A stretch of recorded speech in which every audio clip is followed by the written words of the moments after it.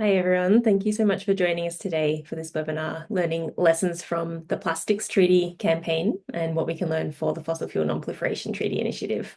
I'm really pleased you can all join us and really grateful to our speakers as well, who I'll introduce in a moment. My name's Rebecca. I'm the Legal Strategy Director of the Fossil Fuel Non-Proliferation Treaty Initiative. Just to let you know, this webinar is being recorded today. And we do also have simultaneous translation in both French and Spanish. So if you want to access that, you can do that through the button at the bottom of the screen. And if you have any issues with that, do just let us know. So just to introduce you to what this series is and what we're all about today. So as many of you will know, the Fossil Fuel Treaty Initiative is at quite a critical juncture at the moment. We have 16 countries that have expressed support for the initiative, over 120 cities and subnational governments, 3,500 civil society organizations, and more than 1 million individuals worldwide that are backing the campaign for a fossil fuel treaty. And so that altogether means that the prospects of achieving a treaty are greater than they've ever been, but it also means that the challenges that we face are also greater. And so in that context, we're really looking forward today to hearing some insights from both David and Sky on the campaign towards a global plastics treaty. This is the second webinar in our series on lessons learned from previous treaty campaigns. So if you're interested in seeing the webinar that we did on the international campaign to abolish nuclear weapons, that's on our YouTube channel, and we'll have some more coming your way in the coming weeks as well. I think today's webinar will be really relevant in part because the plastics treaty is an ongoing negotiations process. So we're really, the colleagues that we're hearing from today are really in the thick of it. And also because in many ways, there's a clear link between the industry involved in plastics and petrochemicals and the fossil fuel industry. So it's just very relevant for us as well in terms of the kind of geopolitics that we're facing. So we have two speakers. We have David Azoulay from the Centre for International Environmental Law, who is the managing attorney of CIEL's Geneva office, and the director of CIEL's Environmental Health Program. David is a French attorney with over 15 years of experience engaging in the negotiations and implementation of international environmental legal frameworks. And David co-leads CIEL's plastics work. So today he'll share some legal and policy insights on the pathway towards a global plastics treaty so far. And then following David, we'll hear from Sky Marley, who is the Global Movement Building Coordinator from the Break Free from Plastic movement. Sky focuses on supporting and uplifting the voices of underrepresented and vulnerable sectors and communities across the movement, facilitating collaboration between regions, other movements and sectors, and promoting innovative approaches towards strengthening the movement. Sky has over a decade's experience in communications and project management in the education and technology spaces in the Philippines, and she will share her insights on mobilizing the movement and the grassroots support for the plastics treaty process. So I'll hand over to our speakers. They'll each speak all up for around half an hour between them. We'll hold questions until the end, but if you do have questions, feel free to put them in the Q&A function at the bottom of your screen, and that way I can make sure I come to you in the Q&A session in the second half of the webinar. But without further ado, I will hand over to David to take us away. Thanks, David. Thanks very much, Rebecca, and good morning, good evening, everyone. It's a pleasure to be here and to share some of those grandpa's stories and hopefully lessons learned on this process.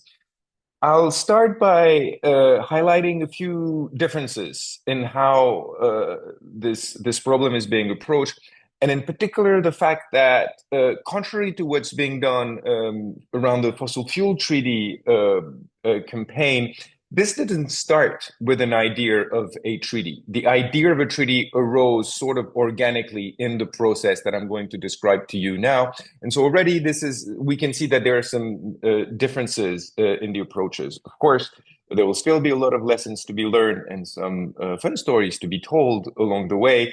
But I think it's important to distinguish already sort of difference in nature of this process. Today, I'm going to talk to you largely and almost exclusively about the process leading up to the mandate. So in this presentation, at least, which is already going to be too long, I can feel it, I'm not going to get into the detail of the ongoing negotiations, but hopefully we'll have time to get into this during the Q&A session.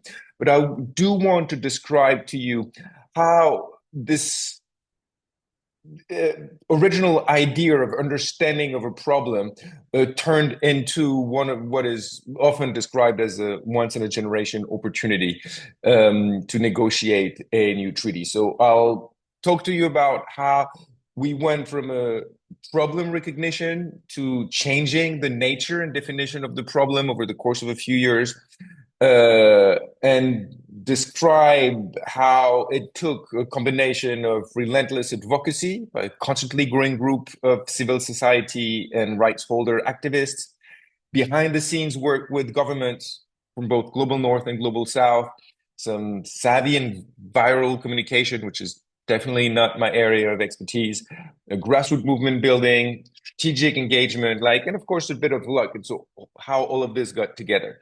And I'm going to focus also largely on the process that took place during the UNEA process, the United Nations Environment Assembly. And I'm going to reference the stages, the step by step, how we went, what happened at UNEA 1 to UNEA 2 to UNEA 3. UNEAs are meeting, as their name indicate, they're sort of the Environment General Assembly under the UN. They convene in UNEP's, United Nations Environment Program's headquarters in Nairobi every 18 months, more or less, except when COVID hits in the middle and kind of changes our rhythm. And so also just to be clear, and UNEA was the first of is a relatively recent institution. It got created, or it first met in 2014. Before that, it was a different setup. There was a UNEP governing council. But the fact that this was also a new setup also explained how we sort of made the rule going and did influence how we went through this particular process. So obviously the question of plastic pollution is not new or did not arose in 2014. In fact, the first scientific articles documenting ocean plastic pollution dates back to 1972. It was an article describing microplastic ingestion and marine bird plastic entanglement. Oh no, actually, yeah, the first article that was the first about marine plastic pollution, but the first one that describes microplastic ingestion and marine bird plastic entanglement dates back to the early 60s. But that's not what we're going to get into. So our story kind of begins in June 2014 during the first meeting of the UNEA with the adoption of a resolution that acknowledges the existence of a problem of marine litter and microplastic. And again, keep that in mind because this is going to change along the way. And it generally asks for generic international collaboration, support for existing initiative. It's pretty dull, to be honest. But it includes one important element. The first step, basically, the kickoff, the spark around this. It requires the preparation of a report on marine debris pollution and microplastic sources of impact, sort of the state of the science report.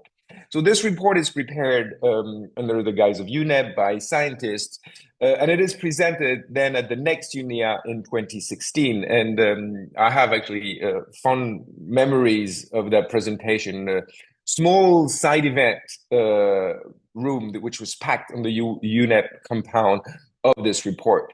And like I said, at this point, we're still talking about marine debris, litter, and microplastic. And it will take quite a lot of time to change this framing and transition away from those words, which are very important. And between the UNEA 1 and 2, there was the infamous video of the plastic straw being pulled out of the nose of a sea turtle that became viral in 2015. It definitely played a role in the increased attention and filling of that room I was talking to you about. But it also became something we had to work around in our strategic attempt to reshape the narrative away from a purely ocean litter and waste problem. And so the report was presented, and the first resolution is followed by another resolution. This is kind of how we do things to keep the ball rolling and to keep the issue at the center.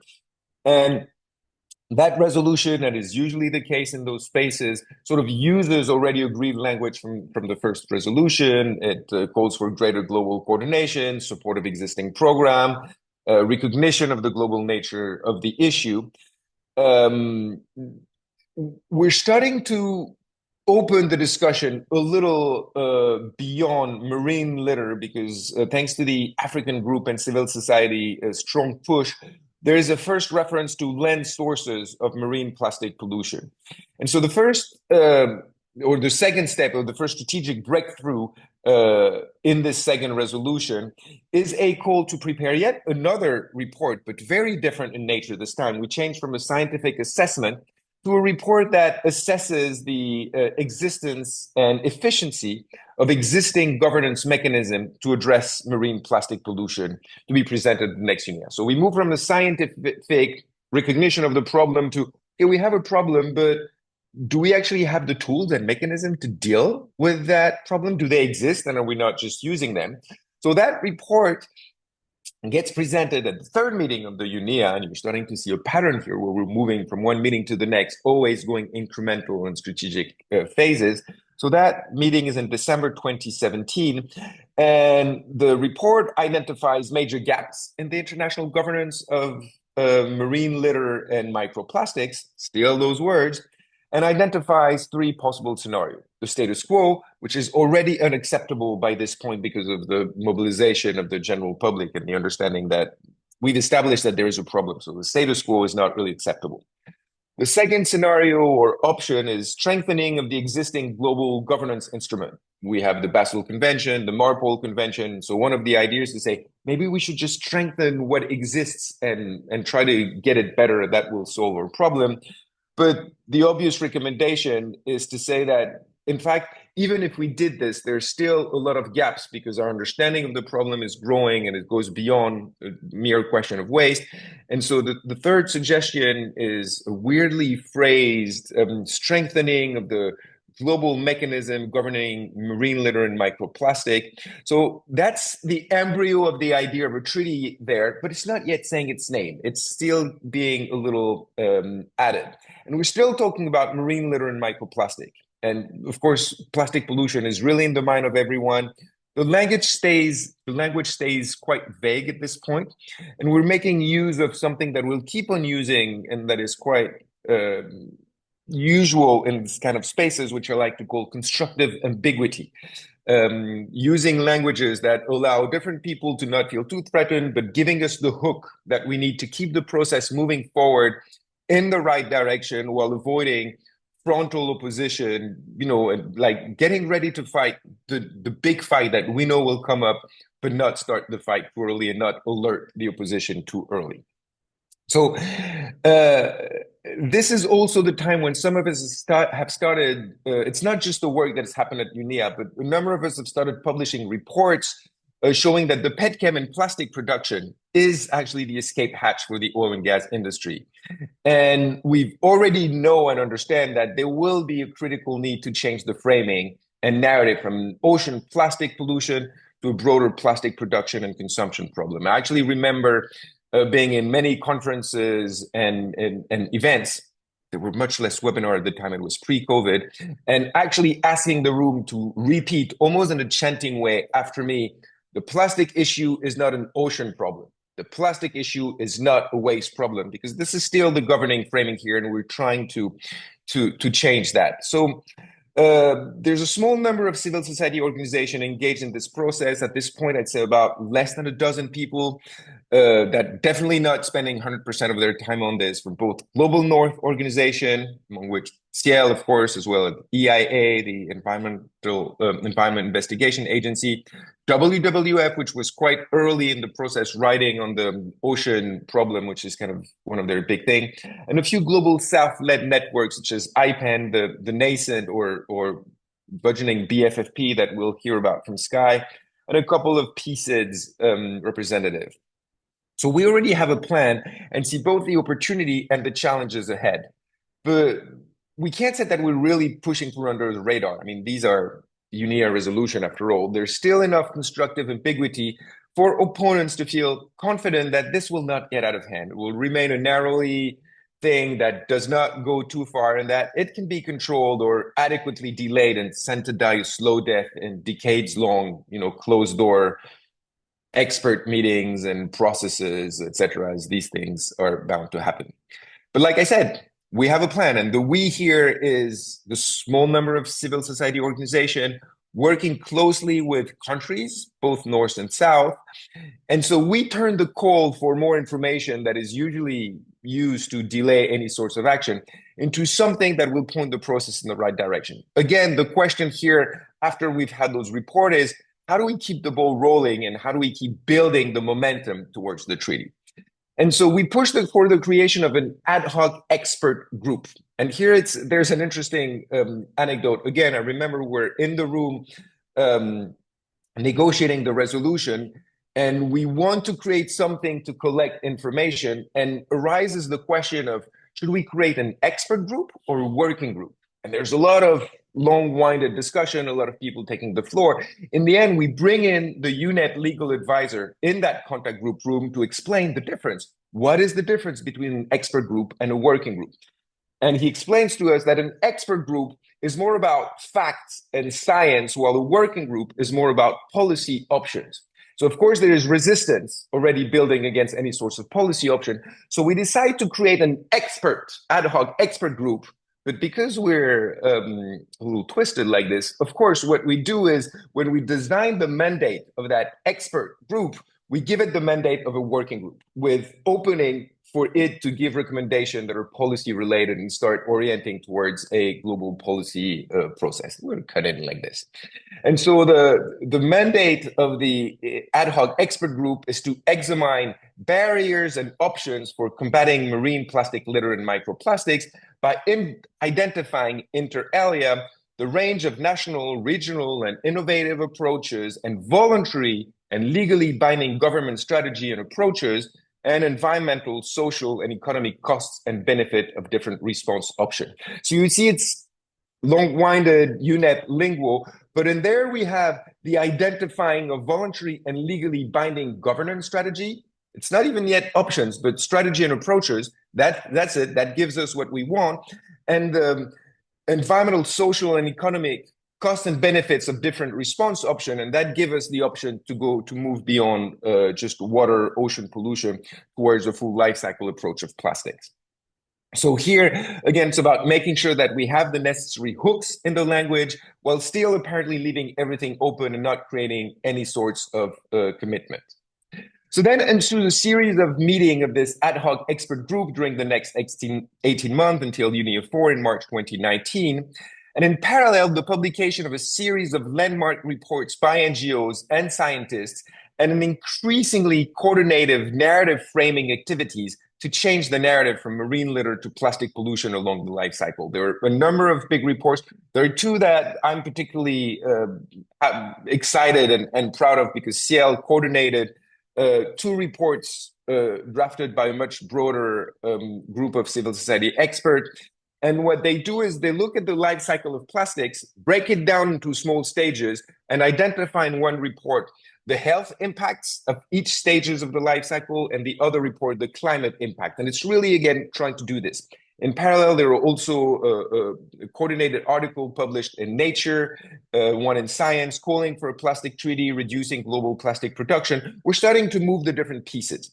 But also, and what's important is that this ad hoc expert group meeting are also where the global coalition of civil society and rights holder engaging in this global process is really born. Because at each meeting, we managed to bring more people from a wider selection of the global society and use that as a training ground for engaging in global policy processes. Not everybody is used to engaging in these processes and how they work, but it's a whole new generation of activists, grassroots people who come to those meetings and build personal relationship with country delegates in this official setting, but kind of still informal. So by the time we reconvene at UNIA 4 in March 2019, the global political push towards the new treaty is well underway, supported by a strong alliance of global North and global South countries and the coalition of civil society and rights holder movement. It is a force that we know have to be reckoned with. And now the push to go towards a treaty is kind of out in the open. So the opposition is very well aware of what we're trying to do, and they're not as surprised that they were before. They're starting to take us a little more seriously. And of course, that means that they're better coordinated and their response is a little harsher in managing to block the advances. So while we arrived at Unia 4 with an ambitious idea that we would like to get, that we're ready to get a mandate to negotiate a new treaty, we were not going to leave, spoiler alert, Unia 4 with this mandate. But we also managed to prevent the blockers, and in particular at this time it's the US under the vows of the first Trump presidency, Saudi Arabia, and for some surprising reason, Cuba, who just rises their flag every time the US take the floor, to not say much apart supporting the US position. Until this day, there's still groups of scholars and experts scratching their head to try to understand what happened in this meeting.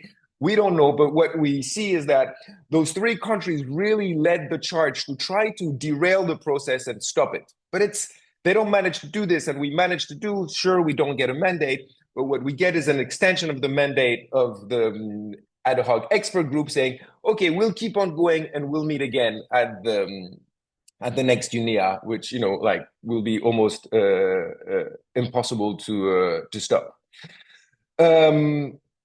At the same time, and here I'm going to make a parenthesis outside of the UNIA process, one of the arguments that still keeps on coming up is there are other processes, there are other instruments. We don't need a new treaty. Sure, the problem is important, but we have what we need, and we don't need to negotiate to get into a long, expensive, complicated process. So to close that particular hatch, Norway, in parallel, proposes an amendment of the Basel Convention, which is a convention on the transboundary movement of hazardous waste, to ensure that it covers a certain types of plastic waste and that it does what it can around this. This is a whole story in and of itself that would be worth talking about. I won't do that now because I'm already too long, but it's really about showing that we're closing the different escape hatch, showing that this is the only possibility and makes sense. But I will note one thing, that this along the way between UNIA 4 and 5 is a key win in a different forum, and that contributes both to the momentum and sense of inevitability together with a major public mobilization exercise, and that really something that fed the movement and that played an important role in how this worked. So then COVID comes in, slows down or really stops everything, but gives us all the chance to get ready for the final fight of this first round, the preparation and adoption of a mandate for the negotiation of the new treaty that will be adopted at the fifth session of the UNIA, actually session 5.2 because of COVID, in March 2022. And if you do a simple Google search of this event, you will easily fall or identify photos of joy and embracing at the back of the UNIA plenary room, and even one of me crying as much from joy as from exhaustion that is still to this day hanging in my office, trying to remind me of the role we traveled and the amount of work that we still have to do. So, of course, the adoption of this mandate, while it's the end of the story I'm telling you now, is not the end. It's merely the end of the beginning, to quote an EU negotiator who I think was himself quoting Churchill. And we would have much to say still about the negotiation process that ensued and that is still going on, but already way too long, garrulous and everything. So before I pass on the mic to Sky, I want to draw a few lessons from that story. So first of all, as indicated in the stories that I told, it really took the dedication and a lot of strategic planning several years in advance from a small dedicated group of countries and activists closely coordinating together and willing to play the longer game, and also trying to use the use of constructive ambiguity to advance our case without raising too many alarms at the onset. One key element was to have a donor country, in this case Norway, support the process from beginning to end with a clear view of the end goal, because that allowed to fund the various reports, ad hoc expert groups meeting, and all the little pieces that kept the ball rolling and moving it kept the process going in the right direction, and adding the small pieces that built the momentum and made it inescapable. And also help control this process, because of course, if you fund an ad hoc expert meeting, you have, even though it's not official, you do have better control of this agenda. Of course, it's not just about global north process. It's also a global north-led process. It was also critical to create space for global south leadership from the beginning to make the overall momentum unstoppable and create a global buy-in to avoid the usual north-south divide that usually plagues these kinds of global initiatives. So throughout the process, we saw strong engagement from countries such as Iraq, Rwanda, Peru, and many others. And some of this leadership was the result of strong and sustained country engagement, which was the case for Rwanda, for example, who had long been a global leader in fighting plastic pollution at the national level. In other instances, it was kind of more opportunistic result of strong individuals in those countries in the right place, using their political weight and savviness to create some sort of national leadership in the global space. So this whole effort also required a capacity to shape narratives through very specific research and targeted research output that was, mirroring where we were in the process. Public mobilization, we had several petitions that gathered altogether several millions of signatures. Key catchphrases and powerful communication images, the turn of the tap, etc. And of course, the mobilization of a large and sustainable funders base to support the building of the movement. And I suspect Sky may talk a little more about this. And sustained engagement by this growing group of people. Feels obvious to say, but yeah, these things require money. And it's important to build the interest of funders and to build the interest so it can be sustained throughout the whole process. So I'm almost done. In relation to the point above about the mobilization, the large mobilization, one of the key to the success was the diversity of the civil society engagement. With group focusing on advising government, the very inside game and specialized knowledge and understanding of global policy process, how to move those pieces in those specific places, really focusing on the behind the scenes sort of strategizing, together with the engagement of larger groups capable of mobilizing the general public, building links between the grassroots movement and this faraway global policy process, making it politically palatable and interesting or necessary for government to engage on this path and get some national political win, and also create the willingness of individuals and those governments to bet their political capital for bigger public returns. So the capacity to mobilize the larger public through a wide variety of technique was really crucial to make this all happen. This is hopefully a good segue into for Sky to tell us more in detail about the mobilization of a specific and mighty branch of the overall civil society movement, the Break Free from Plastic movement, which is a part of the overall movement, but which really played an important role. So thank you very much for bearing with me in my long fire chat grandpa storytelling. And Sky, the floor is now yours. Thank you, David. Yes, that was an excellent segue. I do have a few slides to help guide me through this presentation. Let me just... All right, so thank you to the Fossil Fuel Non-Proliferation Treaty Initiative for inviting me to this space. I'm very happy to share some of our lessons learned as well when it comes to organizing and mobilizing groups to push for a strong treaty. So a caveat, as David mentioned, Break Free from Plastic is only one of several groups, coalitions, movements, networks, etc., who are working on this. So I only offer one perspective. So if you'd like to hear more about those other groups, I'm pretty sure David would be happy to share a bit more as well in the Q&A later. So just a quick overview so you get a better understanding of what Break Free from Plastic is, and which would in turn help also understand how we're working on this. So it was founded in 2016 and is now a global movement of over 3,500 organizations that represent thousands of individuals that are working together to hopefully end plastic pollution. So it's a member-led movement, which means that the development of our strategy and the implementation is really led by our member organizations. And there are three types of members. So we have the core members, which are all civil society orgs. These are the groups that develop and implement and oversee the strategy. We have associate members, which are all organizations as well, but not limited to CSOs. They're also like universities, small businesses working on alternatives to single-use plastics, etc. And lastly, we also have individual supporters. So BFFP focuses on really bringing about systems change. And this means that member organizations work on addressing the problem all across the plastics value chain. As David mentioned, like we're really trying to veer away from the notion of plastic as primarily a litter or pollution or waste management issue. So very quickly, this is how BFFP organizes its work. So there are 6 main work streams, as we call them. So all the member organizations work on one or a few of these. And yeah, just very quickly. So the first is fighting the petrochemical build out. So we want to be able to prevent the production of more virgin plastics. The second is corporate accountability with a focus right now on fast-moving consumer goods companies. So these are the companies that produce food and beverage that's packaged in plastic, or hygiene products, cleaning products, that kind of thing. The third is to push for policy, whether it's on a country, regional, or global level, such as with the Global Plastics Treaty. But it's not all about causing trouble for corporations or the government. We also try to push for real solutions via our Zero Waste Cities program, for example.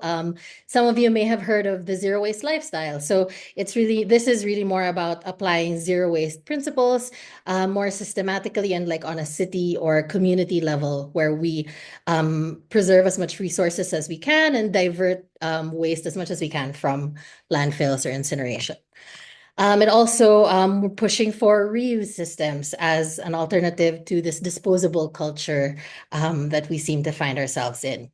So these 4 work areas are underpinned by these 2 remaining ones. So David's also mentioned this, which is changing the narrative. So it's about both countering the harmful narratives that are put forth by corporations, industry, etc., but also putting forth our own vision of what we imagine a better plastic-free world would look like, and how these solutions are happening, and how it's very much possible.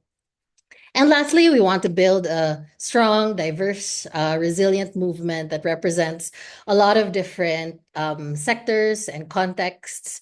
And yeah, so these are the main areas that we focus on. And the other way that we work apart from work areas is as according to location. So it's BFFP is currently divided into 6 main regions, as we call them, and each of these regions have regional coordinators and communications officers that are specific to that region. There's also a global coordination team, of which I am a part, where we hope to bring the different regions together. And lastly, a steering committee, of which David's a part, and of which which is composed primarily of member organizations, because as I mentioned, we really try to emphasize the member-led bit of how we do things. So these are just some of the tactics that a lot of members are working on to advocate for a strong treaty. I'm afraid I can't really get into the details of the strategy, but these are some that I'm sure many of you are also familiar with, but just to share. So a lot of the work also really happens on the regional and country level. So the members that work on these levels come together to work. For example, Africa has their own regional strategy where the different countries come together and how they approach their engagement with African group, for example. But there are also country level ones. For example, my home country, the Philippines, the different Philippine groups coming together and to develop their own approaches as well for how they engage with our delegates and with the process. So the second is really a lot about relationship building and having dialogues and consultations, not just with delegations, but with certain government reps as well. So for example, providing resources and helping to develop capacity even for those who are not necessarily involved in the treaty process, but who may have a say in that government's position. So for example, it might be the Ministry of Health or other similar types of agencies. The third is a lot of education and awareness efforts for different audiences. So, for example, for folks such as myself who are part of BFFB staff, like we try to provide as much resources, access to like webinars similar to this for our member organizations. For example, Treaty 101 toolkits to learn more about what the treaty is, how it impacts their work, etc. But at the same time, our member organizations also run these kinds of efforts for their own audiences, their own communities, and specific audiences that they're looking to target. Another tactic would be having different types and levels of engagement for different groups. So we wanted to emphasize that the treaty process should be accessible not just to those who are experts in policy, because that's only a certain number of groups within our movement who have that expertise. But so we want to encourage those with other types of expertise to get involved in the process as well, whether through advocacy. So for example, we have a large number of youth groups who engaged in letter writing campaign to their governments. We have some of our members in Africa who developed a toolkit for how they can engage their communities to really learn more about why the treaty is relevant for them and why they should care, for example. So it's really also trying to help provide the kinds of tools and resources that would enable engagement for different groups and at different levels. Internally, we also organize in different ways. So obviously, members who are experts in policy get together in what we call the policy shop to kind of set the direction for example, positions of the movement, etc. Those who have more expertise in comms also get together in terms of certain campaigns that they would work together on. Same thing with advocacy. Which also links to actions and in-person activities. So for example, for INT3, was it, held in Kenya, youth groups there worked closely with groups in the climate sector to organize this large, beautiful march that really showed solidarity as well between the two movements. There's also a lot of narrative work. So it's, as I mentioned earlier, not just about debunking the harmful ones out there, but also trying to shape it in a way to show like a better solution, better alternatives. And this involves a lot of media engagement, training member organizations to engage with media as well, and how helping to provide guidance for how to talk about the treaty, for example, making sure that we uplift the voices of the most impacted, especially since theirs are the ones that aren't often heard, especially on these global spaces. It's also a lot of work on our own channels. In addition to what David mentioned earlier about a lot of these great reports, there's also a lot of work in pop culture, in the kinds of content that we create. So some member organizations have created videos and memes and infographics and just like a variety of types of content that help to make the message more accessible to the broader public. And yeah, that kind of ties into the next box there on research, reports, data, etc. And lastly, yeah, helping to facilitate access to resources. So whether that's micro grants or the latest data that we have that can be used for campaigning, spaces, conversations, for example, within the movement and those adjacent to it. So for example, there's a treaty coalition that has BFFB members, but also involves those who are not within BFFB, and how to organize in that space as well. So these are just some of the reflections that I have. I confess I didn't really have a lot of time to really think through more, but sorry. But hopefully these can help give a sense as well. So One thing that I wanted to emphasize was bringing about the leadership and the meaningful inclusion of the most impacted or most vulnerable or historically marginalized. So one example I wanted to give is of waste pickers. So for example, um, we have an ally called the International Alliance of Waste Pickers, who have been amazing at sending delegations to each INC, making sure that the messaging and the demands of waste pickers are elevated in various types of communications, et cetera, and advocating for inclusion in the treaty. They are pushing for just transition for waste pickers and the informal sector. So this is just one example because like if it had not been for their advocating for this, even way back to have waste pickers included in the resolution at UNEA, then it wouldn't have been possible to have mentions of just transition, for example, now in the treaty text. So like it was also a long game for them, and their leadership on that really brought about the inclusion, which we hope will continue on into the final treaty text. Sorry, hold on.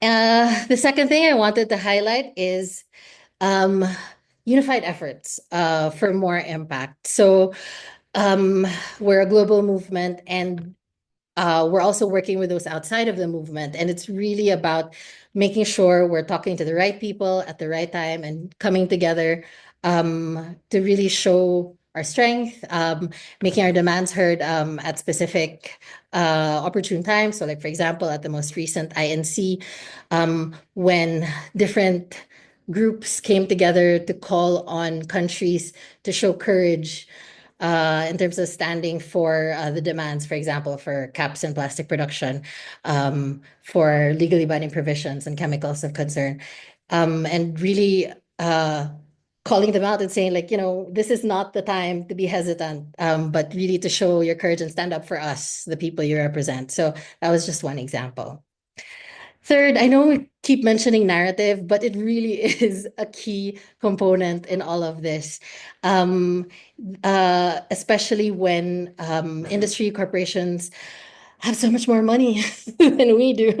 There was one INC, the fourth one in Canada, where when we arrived and the city was filled with all of these images, billboards, posters stuck on taxis that said plastics is good for health, it has saved lives, and all of these problematic messaging that really took us aback. So, folks from members from different parts of the world really came out with their own materials as well, like reports, hosting webinars on the health impacts of plastics, etc. So we really need, narrative really is a continuous battle.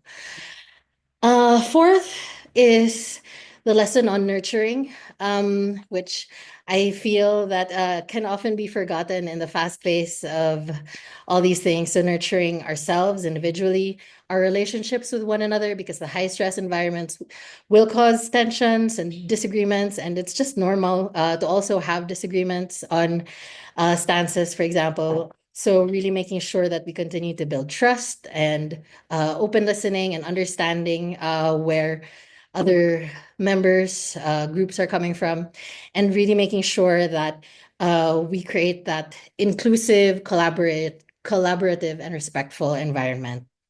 Which leads me to my last reflection on the need for really clear and transparent processes and protocols and mechanisms. So all of the nitty-gritty and making sure that there's access to information, decision making, capacity building, and everything else, so that people know where to find things, who to talk to, when when there's a need for something like rapid response, for example. So having all these in place have been critical in making sure that we work together well. So these are just some. I'm sure there are others I've missed, and also invite David to chime in if you're able. But yeah, that's in a very brief nutshell, like how we work. on that. And yeah, I'll hand it back over to Rebecca, or unless David, you want to jump in, would also love to hear your thoughts and stuff that I might have missed.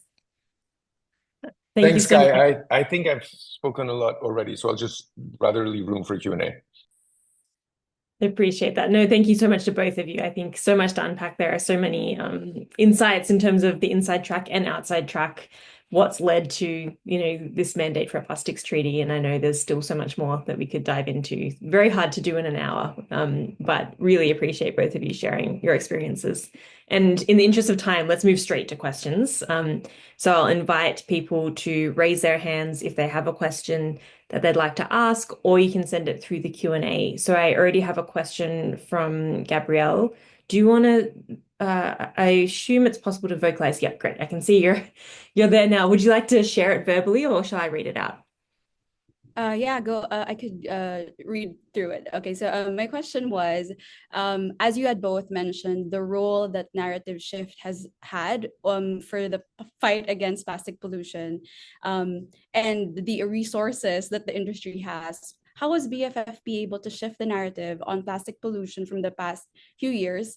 From shifting the blame from global South countries, such as with less infrastructure to deal with plastic waste, such as the Philippines, Indonesia, to shifting that blame to the FMCGs that produce the plastic packaging. That now even the Guardian would cite the top corporate polluters being Coca-Cola.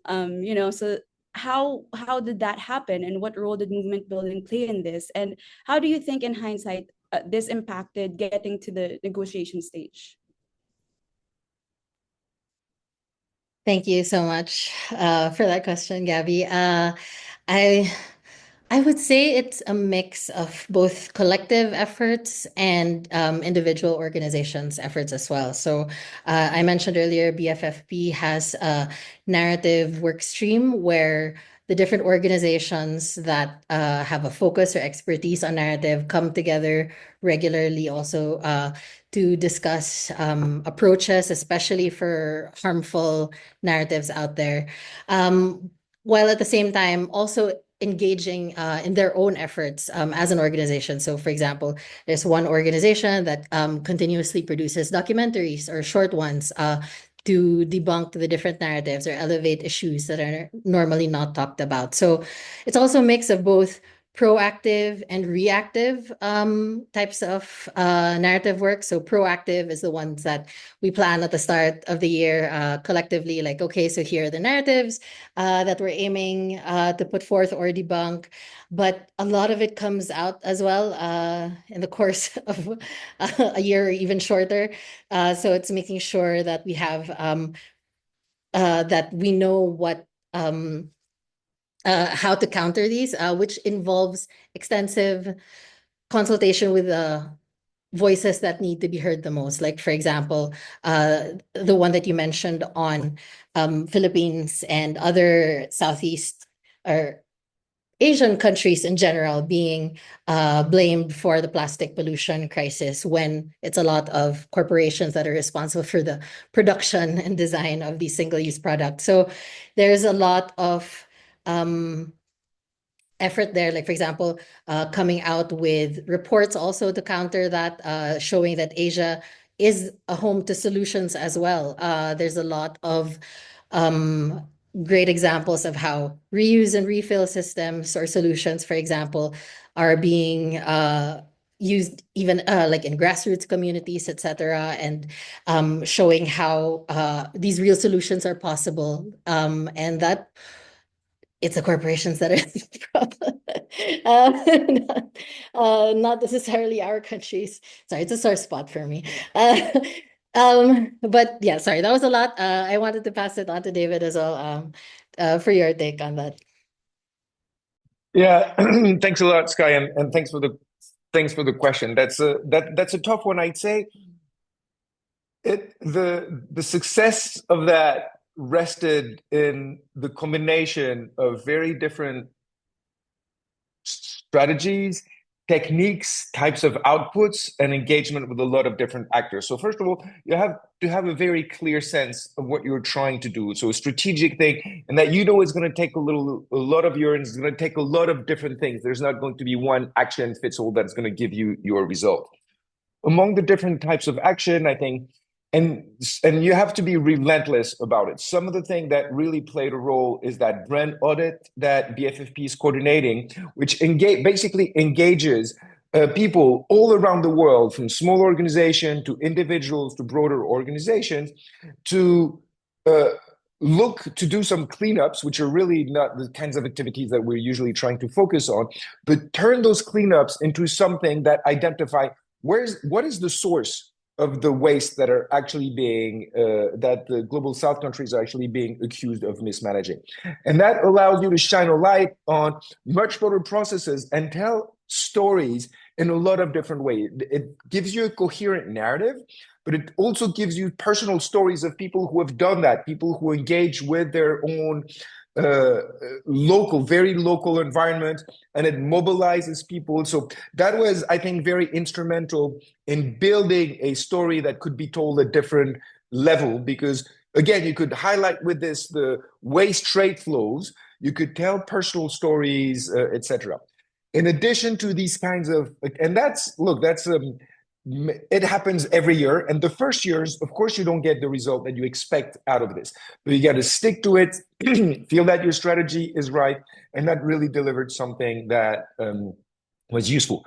Then once you have this, you couple this with more political or economic stories. And here you have to engage different kinds of voices, and the voices that are engaged in those activities. And we're talking about independent academics and scientists. You multiply the voices, so you multiply the ways for the narrative to get at, and you sort of close all the escape hatches to build an alternative narrative.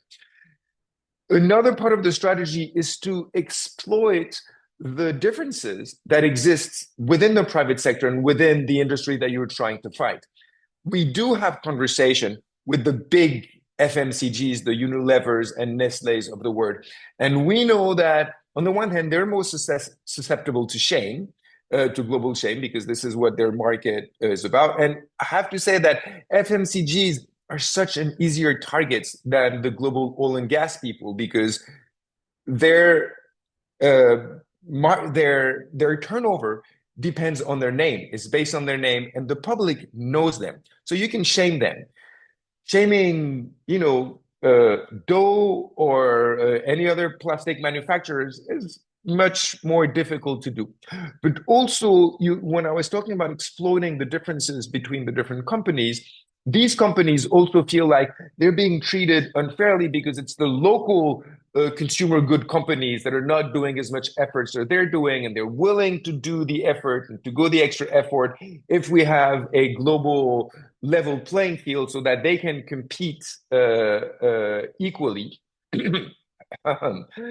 Equally with more local companies, etc. And so you exploit that as well to bring them into the fold of the conversation, to bring other companies. And so all those different strategies were really needed to get to the point where we could turn this. And I would say that it's not so much that it impacted getting the treaty to the negotiation stage, but what it really was essential in doing was how differently the negotiation was framed. It allowed us to move from a treaty that would have been basically a waste treaty, in which a number of countries are still pushing for and may still have a chance to win if we don't get this right, but to a framing of the problem and a framing of the negotiation that opened the door to full life cycle consideration. And for this really being about petrochemical production of plastics rather than a waste management treaty. And I think this is where it really was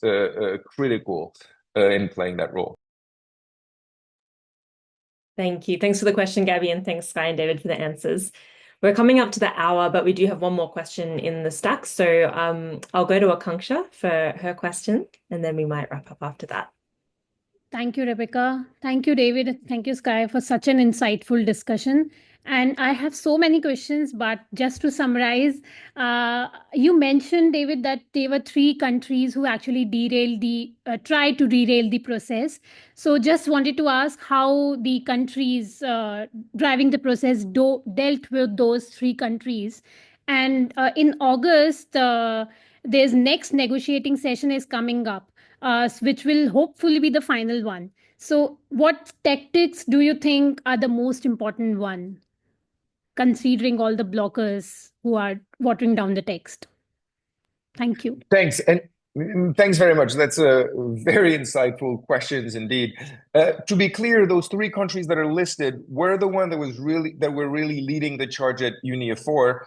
They were not the only ones. And I think one of the things that we managed to build upon, that we were lucky, like I said, it took a little luck, was that part of this process still happened while the Saudi diplomacy was still shifting and transitioning, and had not yet upped their game and really transitioned to just being focused on only blocking the climate change process, to expanding their tentacular obstructionism to also the chemical related processes and other kinds of processes. So that was kind of helpful. So again, one of the things that we did was advance, not hidden, but step by step, and using constructive ambiguity to sort of reassure them that they were still part of in control and that nothing was escaping them, but still building in the process all the hooks that we needed to advance these kinds of things. And your question about how to deal with this now, I think, is very different, both because we've moved to a very different game now. Now we're in the negotiation, and believe me, they're taking this extremely seriously, and they've upped their obstructionist game to a whole new different level. Now they've brought the A team the team that have been blocking the UNFCCC for decades. They bring those negotiators to the discussion, which were not the one that they brought to the UNIA before. They brought the same strategies. They've started using all the tricks in terms of procedure, etc., to block the thing.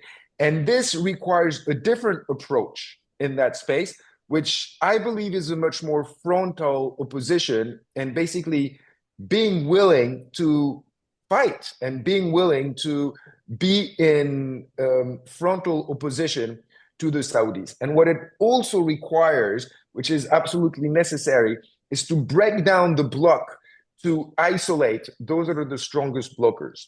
Right now in the negotiation itself, yes, the blockers are still led largely by the Saudis, but the Iranian, Russians are playing a massive lead role. But we know that in that group of opposition also exist India, China, Brazil, and sort of the BRICS that are operating more at a BRICS level.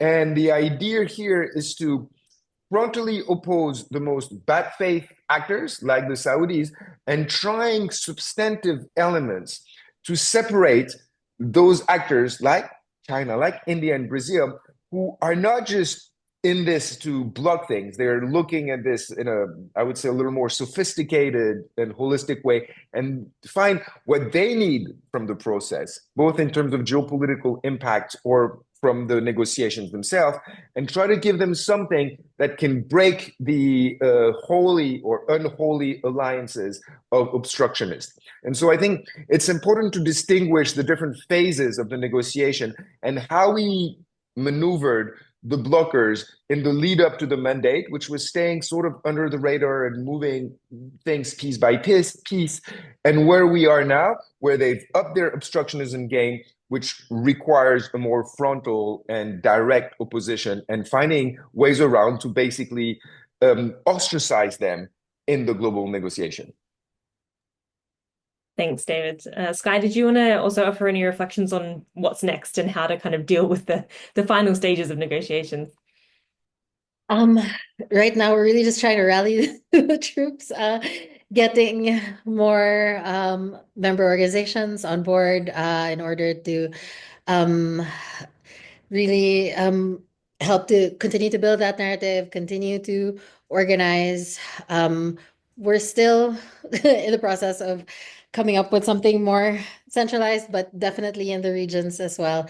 There are more, for example, specific messaging being to specific countries and specific groups.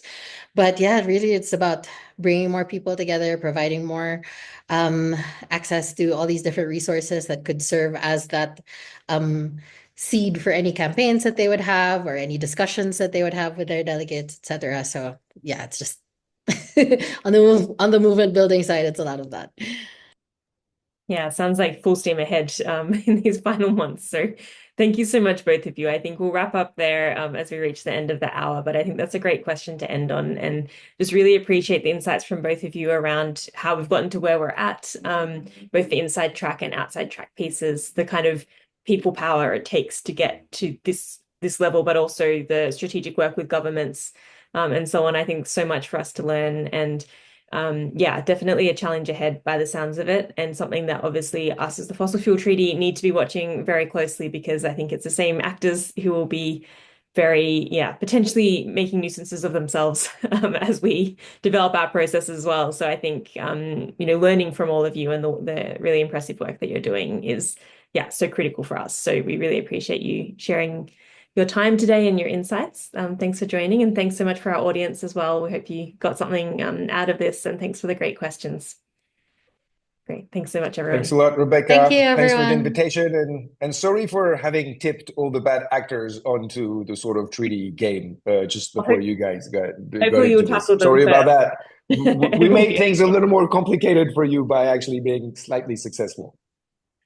It's all right. We'll learn a lot from you, I'm sure, and hopefully have some good tools in our toolkit when we get to that stage.